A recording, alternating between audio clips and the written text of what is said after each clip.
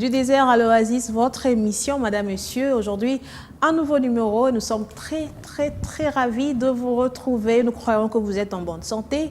Et lors de la précédente émission, vous le savez, nous avons parlé de l'intégrité dans l'éducation et comme ce qui était notre phrase phare était que l'intégrité égale l'honnêteté dans le petit détail. C'était l'exercice auquel nous nous sommes tous donnés, pas seulement pour l'émission, mais également pour toute la vie. Et aujourd'hui, très spécialement, nous parlons de caractère dans l'éducation, un sujet également très important que nous allons aujourd'hui encore aborder avec le même plaisir, avec le même enthousiasme, avec l'évangéliste Léonard Kiswangui. Évangéliste, je vous salue et bienvenue. Salut Madame Noëlla, toujours un réel privilège, Très partagé. un privilège. Très partagé. Et nous saluons nos téléspectateurs aussi de partout où ils nous suivent. Évangéliste, comment peut-on, d'entrée de jeu, définir le caractère? Madame Noëlla, les caractères, comme nous l'avons dit, d'abord nous disions qu'il y a un élément important du caractère que vous avez bien rappelé dans cette émission, l'intégrité qui est l'honnêteté dans le petit détail. Et les caractères, d'abord nous avons aussi dit dans l'autre émission que le caractère, Dieu avait un élément qu'on pouvait imiter dans son caractère et cet élément était l'amour. Et donc, en petits mots, quand nous voulons définir les caractères, nous disons que c'est l'expression de l'intégrité de l'homme. Les caractères, c'est l'expression de l'intégrité de l'homme. Ça veut dire que c'est les lieux où on voit ce que l'homme est de l'intérieur, on le voit de l'extérieur. Et comment on peut le voir? On le voit à travers son être, ça c'est son intérieur. Mais on le voit aussi à travers son agir. Et ça, c'est son extérieur. Et si il y a harmonie entre les deux, on dit qu'il y a un caractère, et ce caractère, on peut dire il est bon ou il est mauvais. Mais la chose la plus importante aussi ici, c'est de dire que quand l'homme invisible, c'est-à-dire l'être intérieur, est en harmonie avec la personne extérieure, la personne qu'on voit, on dit que cet homme a un bon caractère, ou cet homme a grandi dans son caractère. Et alors, il est donc possible, Madame Noëlla, de dire que le caractère est le miroir de l'homme. Au fait, si nous voulons connaître est-ce que cet homme ou cette femme est ensemble ou pas ensemble, est-ce que c'est un hypocrite, c'est un menteur, on peut le voir à travers son caractère, parce qu'on peut voir qu'il y a l'harmonie entre son être et son agir. Non, je comprends par là que le caractère, englobe pas mal de petits détails qui forgent en fait la personne. Mais évangéliste, dites-nous en quelques mots, peut-on atteindre une telle transformation de caractère par un événement? Est-ce que c'est instantané, c'est progressif? Comment en fait ça se passe? Madame Noëlla, une fois encore, vous aidez bien toute la communauté d'apprentissage qui nous suit. Non, il est impossible d'arriver à tout changer en un seul jour. Et c'est pourquoi nous avons parlé d'un caractère qui est un endroit où on peut améliorer son caractère de mieux en mieux. Mais aussi, nous avons évoqué le fait que si le caractère s'améliore, ça veut dire qu'il y a progression et il y a bénéfice dans toute la communauté. Et le contraire est aussi visible et valable. Parce qu'un leader existant qui n'a aucun progrès dans son caractère, il fera souffrir toute la communauté autour de soi. Et donc, il est possible que quelqu'un, parce qu'on parle de l'amélioration, puisse changer, puisse modifier sa façon d'être intérieure et qui va se répercuter sur sa façon d'être extérieure, qui est son agir. D'accord. 2 Corinthiens, la Bible a bien prévu tous ces éléments. Dans 2 Corinthiens, au chapitre 3, le verset 18, il est dit que nous, qui sommes là déjà tels que nous sommes là des leaders existants, et nous qui sommes des leaders émergents, si nous nous dévoilions, si nous enlevions ce que nous mettons sur nos visages et que nous regardions réellement dans notre miroir, si l'évangéliste Léonard regardait dans les miroirs pour voir l'évangéliste Léonard dans les miroirs et qu'il a la volonté de voir cet évangéliste Léonard, cet homme qu'il voit dans les miroirs avec l'intention de s'améliorer, de progresser, alors il y a moyen d'aller de progrès en progrès. Il y a moyen d'aller de gloire en gloire. Parce qu'en fait, en réalité, le caractère de Christ que nous voulons imiter, le caractère de Christ que nous voulons transmettre au travers de l'oasis de l'éducation, c'est un caractère qui va de gloire en gloire. C'est en fait un caractère qui amène la personne de partir du désert réellement à atteindre l'oasis, et l'oasis qui est le lieu où on trouve la vie abondante. Donc cette transformation est possible, mais elle ne s'acquiert pas comme par une baguette magique. Elle ne s'acquiert pas juste au bout d'une formation de 3 ans, de 5 ans ou de 6 ans, tout ce que vous pouvez appeler. Mais donc c'est une transformation qui est progressive. Évangéliste, j'aimerais quand même revenir sur quelque chose. En parlant du caractère, on disait que le caractère est l'ensemble de l'être et de l'agir. Revenons un peu sur l'être, parce que je pense que c'est le départ, au fait, pour qu'on juge d'un caractère d'une personne qui est peut-être trop nerveuse, quelqu'un de gentil. Mais qu'est-ce qui influence l'être pour qu'on dise, pour que quelqu'un, au fait, se dise, non, moi je suis bon, qu'on dise de quelqu'un qu'il est peut-être trop méchant. C'est quoi, au fait, qui vient influencer l'être de manière à ce que quelqu'un ait un caractère de cette tendance-là, en fait? Nous y arriverons peut-être, Madame Noëlla, avec la suite du programme, mais déjà là où nous sommes, ce qui peut faire que quelqu'un, on dise de lui qu'il a tel caractère ou il a tel comportement, parce qu'au fait, ici, il faut bien retenir que dans le caractère, quand nous disons qu'il y a l'intégrité ou le caractère et la révélation de l'intégrité de la personne, ça, excusez-moi, ça veut dire que l'agir vient de l'être. Et l'être est plus profond. Il est invisible et il y a tout un arsenal d'éléments à trouver dans l'être pour que ceci puisse influencer les comportements. Et généralement, les gens se définissent même en disant non, ça c'est son caractère, il ne changera pas. Et pourtant, ils sont en train de parler de son comportement qui est le reflet de quelque chose qui est enfoui en lui. Et c'est quelque chose qui est enfoui à la personne. L'homme invisible, c'est là où nous disons qu'il y a possibilité de changer. Si l'homme intérieur ne change pas, vous ne pouvez pas vous attendre à avoir un comportement qui change. Et nous savons que la seule personne qui est capable de changer l'être, c'est Dieu. Et on dit que Dieu est amour. Exactement. Mais madame, vous avez trouvé. Dieu est le seul être. C'est la seule ressource. C'est le seul point de repère, si vous voulez bien revenir à ces éléments que nous avons vus. Donc, si nous voulons de repères, Dieu est le repère qui ne change pas dans le désert. Vous voyez, dans le désert, le sable est là, vous ne savez plus voir par où vous êtes passé. Mais si vous regardez, si vous fixez les yeux à Dieu, c'est lui qui change les caractères, qui change l'être, qui change même les cœurs. Il y a un verset biblique que j'aime, il dit que le cœur du roi est entre les mains de Dieu qui sait les tourner tantôt à gauche, tantôt à droite. Donc oui, et Romains nous dit, dans Romains 5, versets 1 à 5, il est dit, je lis, « Oui, nous avons été rendus justes en croyant, et maintenant nous sommes en paix avec Dieu par notre Seigneur Jésus-Christ. » Et ça, c'est un élément très important. On ne peut pas en dire trop ici, mais c'est clair que l'homme sans Christ aura beau faire d'accumuler connaissances. Nous reviendrons à ce que nous avons déjà dit. On va retrouver les connaissances ou la science sans conscience qui sera ruine de l'âme. Donc, il faut absolument que dans l'équation, il faut absolument que dans les processus de l'éducation, l'oasis de l'éducation ne sera pas aussi oasis au modèle de Jésus-Christ sans avoir Christ impliqué dans cette démarche. Et par là, nous comprenons que le caractère qui est fondamental et ne commence pas comme ça, mais tout le changement, la transformation commence par la racine. Exact.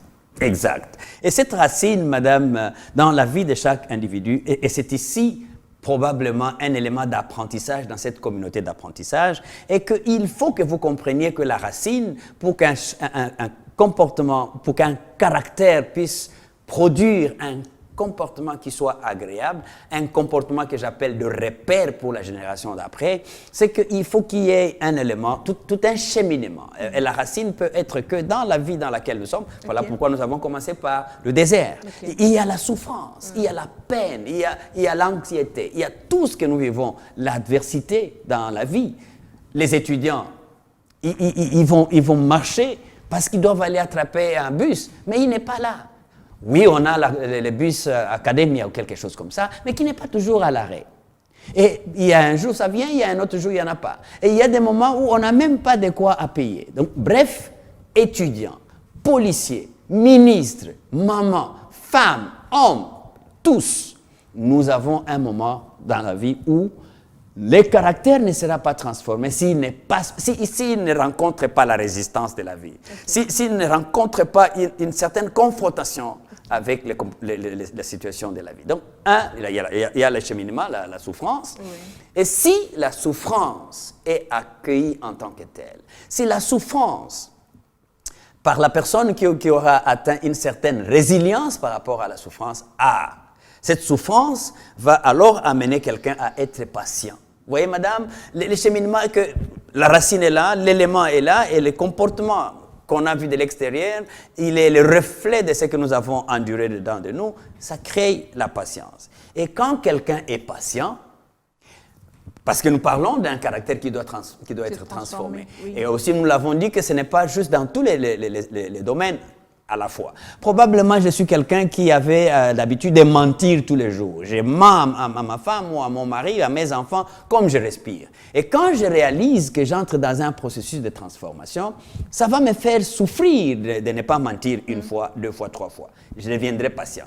Et si je suis patient, et je vais commencer à comprendre ou à voir qu'il y a quelques éléments, quelques fruits qu'on va voir de l'extérieur. De l'intérieur, je me bats, je souffre, je suis patient. De l'extérieur, on va voir de la fidélité. Oui. Et de la fidélité, malgré les difficultés, vous verrez que quelqu'un qui reste fidèle face aux difficultés, face aux intempéries, à l'adversité, cette personne va créer en elle de l'espérance. Et quand il y a espérance, vous trouverez quelqu'un qui espère, et il y a un verset aussi que j'aime bien, l'amour espère tout.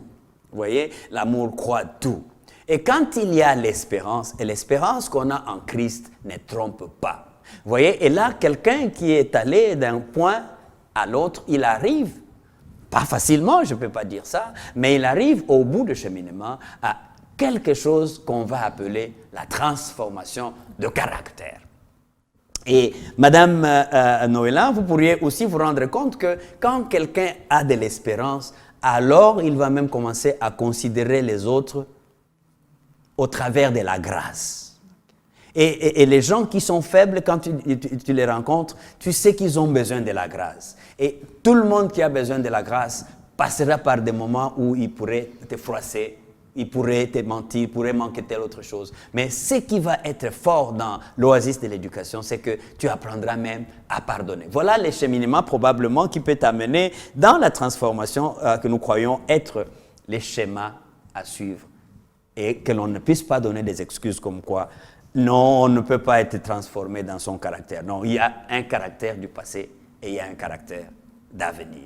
Et là, les processus, c'est ce que nous avons appelé les chemins de la transformation de gloire en gloire à la ressemblance de Christ. C'est un processus de transformation, pas du tout aisé, parce qu'on évoque quelque part souffrance, on a encore évoqué la patience, et c'est pas tellement facile, mais on croit que c'est possible par la grâce de Dieu de devenir cet homme et cette femme dont le caractère va à s'améliorer, à devenir, à ressembler à Christ qui est le modèle par excellence. Évangéliste, alors quel est l'avantage que l'on obtient d'un processus d'apprentissage qui poursuit la croissance et la transformation du caractère? Mais madame, ça, il y a des exemples pratiques qui nous démontrent l'avantage. Parce que, au fait, l'élément important ici, quand quelqu'un est fidèle dans les petites choses, c'est clair qu'il finira par devenir aussi fidèle dans les grandes choses. Et on pourrait même lui confier des responsabilités. Nous avons donc ces passages-là que j'ai paraphrasés, que les gens peuvent, nos téléspectateurs peuvent trouver dans Luc chapitre 16, le verset 10. « très, très important. Il y a l'avantage à passer par la transformation des caractères parce que, vous voyez, les débuts, c'est la souffrance. Un étudiant fervent qui non seulement accumule des connaissances dans la médecine, mais qui apprend aussi à respecter l'être humain comme étant à l'image de Christ. Et donc, vous voyez, cet équilibre entre la quantité et la qualité, entre les valeurs, nous en parlerons dans les leçons qui suivront, nous permet à avoir ceci comme avantage. Lorsqu'on commence à devenir fidèle, c'est que les personnes autour de nous vont commencer à nous faire confiance. Et si les gens sont capables de nous faire confiance, et ils seront aussi prêts à s'exposer à notre influence. On devient fiable. On devient fiable. Mais n'oubliez pas, nous parlons des leaders existants et des leaders émergents dans ces oasis de l'éducation. Les leaders émergents, Madame Noëlla, sont des personnes qui nous suivent ici, toi et moi, et qui regardent au quotidien Madame Noëlla. Et ils savent que Madame Noëlla est fidèle. Et ce qui va se passer, ces personnes vont se laisser influencer par Madame Noëlla.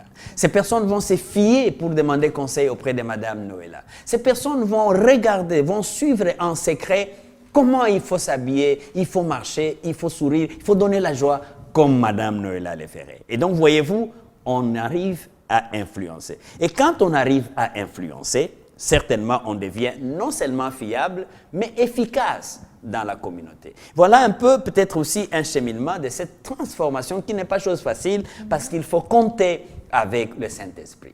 C'est pourquoi dans les versets de base que nous avons cités aujourd'hui, qui est dans 2 Corinthiens chapitre 3, le verset 18, nous avons dit qu'on va aller de gloire en gloire. Mais cette œuvre-là de transformation de gloire en gloire n'est pas l'œuvre d'un individu, n'est pas l'œuvre d'un diplôme académique quelconque, mais c'est le Saint-Esprit en nous, nous facilitera même l'intelligence académique. Parce qu'au-delà de l'intelligence académique, il nous donnera l'intelligence émotionnelle. Madame Noëlla, notre communauté, notre société, le Congo et n'importe quel autre pays où les téléspectateurs nous suivent, on a besoin d'hommes et de femmes fiables.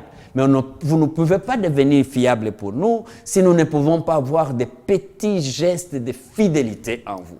Si nous ne pouvons pas voir un petit schéma de transformation où on vous voit. Hier, vous étiez la personne que tout le monde craignait, mais aujourd'hui, regardez Paul.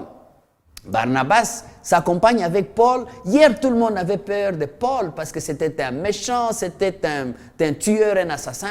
Mais aujourd'hui, les gens peuvent suivre Paul. Et Paul peut dire, suivez mon exemple parce que je suis l'imitateur de Christ. Pourquoi? Parce qu'il a accepté l'endurance, il est passé par la patience, il a pardonné même à ceux qui ne pouvaient pas être pardonnables, voyez-vous. Et à la fin des comptes, il devient fiable parce que finalement, on sait voir en lui qu'il y a l'honnêteté dans le petit détail. Et ça, c'est la chose qu'il ne faut pas oublier. Donc, nous tous, tels que nous sommes là, il y a moyen pour nous d'entrer dans cette oasis de l'éducation avec l'objectif de chercher quels sont les éléments dans notre vie qui peuvent être transformés, qui peuvent être changés. Et si nous y mettons dans un schéma quelconque, on peut, au bout d'une semaine, compter 3 ou 4 choses qui auront changé dans notre vie parce que nous nous serons exposés, n'est-ce pas, à cette transformation.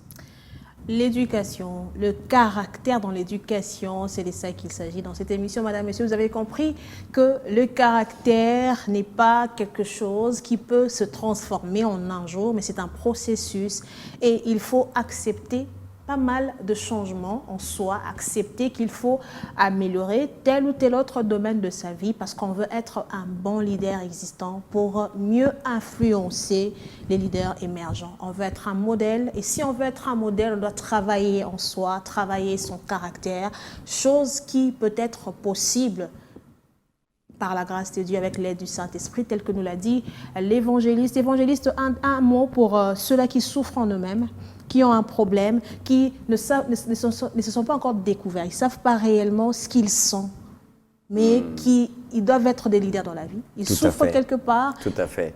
Qu'est-ce que vous pouvez leur dire aujourd'hui pour les emmener sur ce chemin de la transformation? Mais c'est très important, Madame Noëlla, et ça c'est pour nous tous qui sommes des visages découverts et qui voulons nous engager dans un schéma d'être des repères, soit comme parents, tous ceux qui désirent se marier demain, qui aujourd'hui ne sont pas mariés, c'est clair qu'ils désirent devenir des leaders existants pour être des repères, pour des leaders émergents qui seront leurs enfants. Et donc, ce que nous disons pour ceux qui, aujourd'hui, ne savent pas exactement comment ils peuvent entrer dans cette, j'allais appeler ça, académie de l'éducation transformationnelle, c'est tout simplement question de regarder comme Néhémie avait regardé. Vous voyez, Néhémie arrive, il est d'abord dans un cadre très agréable où il mange, il vit, il est dans le palais royal. Mais on vient lui annoncer qu'il y a l'opprobre de là où il est venu. Il faut que l'on arrive à réaliser, il faut, mon frère, ma soeur qui me suivait, qui souffrait dans tel ou tel domaine, que vous preniez ces domaines-là, que vous les isoliez de tout ce qui vous encombre pour que vous les mettiez sur la table. Vous dites, ça c'est le domaine dans lequel je souffre de trop. Vous pouvez être dans un domaine où vous ne savez pas vous retenir par rapport au colportage. Vous ne pouvez pas vous retenir par rapport au vol. Parce que vous êtes parmi des personnes qui corrompent des mœurs. Et vous voyez que ceci vous tape sur les nerfs, même en écoutant cette émission. Ce que nous sommes en train de vous dire, c'est qu'il y a moyen de vous laisser aller, de vous laisser guider par le Saint-Esprit, qui est capable d'apporter dans votre vie les changements petit à petit jusqu'à ce que vous arriviez à être cette personne de référence. Comme Néhémie, vous voyez, Néhémie arrive et puis finalement, il n'enseigne pas.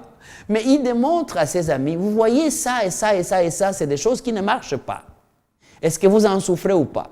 Et les gens arrivent à dire, oui, vraiment, Néhémie, tu as bien raison de dire ça, nous en souffrons.